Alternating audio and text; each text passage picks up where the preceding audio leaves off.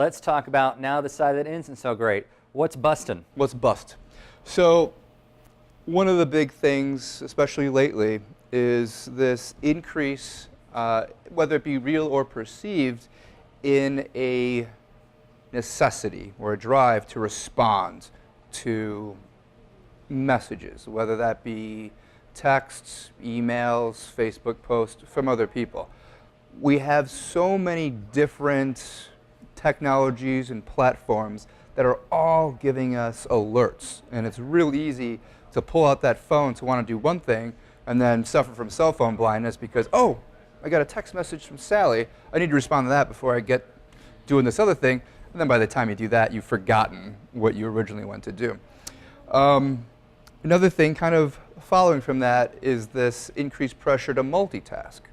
We have the ability now to use all these different platforms and technologies, and we unconsciously fall into the trap of thinking that we need to. We also kind of feel like we can, but biologically speaking, it turns out we can't actually do that. There's a part in our brain that makes certain thoughts go through a tunnel. You can only do one at a time. So we don't really multitask. What we do is we task switch back and forth. And what the research shows is that by trying to do two or more things at one time, we end up, yeah, we can get it done, but we're doing a poorer job in all of those than if we were to single task and focus on one.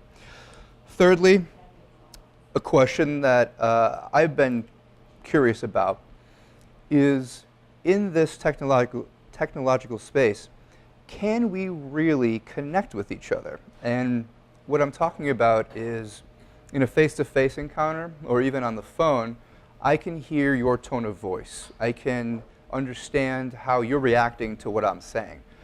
In the online digital space, I don't have that feedback. All I have is kind of my own internal impression of my intentions, my hopes of how you're going to react, and my perceptions of, if there is any kind of feedback, what that reaction was.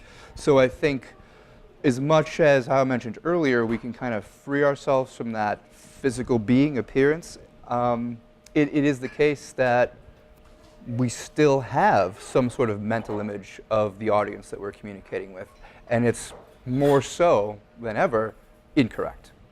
So we got the two B's, boon and bust, but and I think what's the third B, and that's balance. Yes. And I think we're trying to figure out, how do we get balance when we have to be in, most of us, unless you're a shepherd down in Afghanistan, even them might be already having their smartphone, to find a balance between the digital ecosystem and the organic worlds. And we are still organic creatures, but so much more of us seems to be expecting the digital space. And I think that's the big question, is we're still trying to figure out, how do we have that balance where we feel healthy, where we can resist these type of things that seem to be triggers for a lot of people? And I don't know the answer to that, but I think there's a conversation that should be had. Absolutely. Because but we are two ADHD dudes in coffee shops getting a little crazy. So crazy. How can we make this work for people, right? So a question that I have is, can technology save us from technology?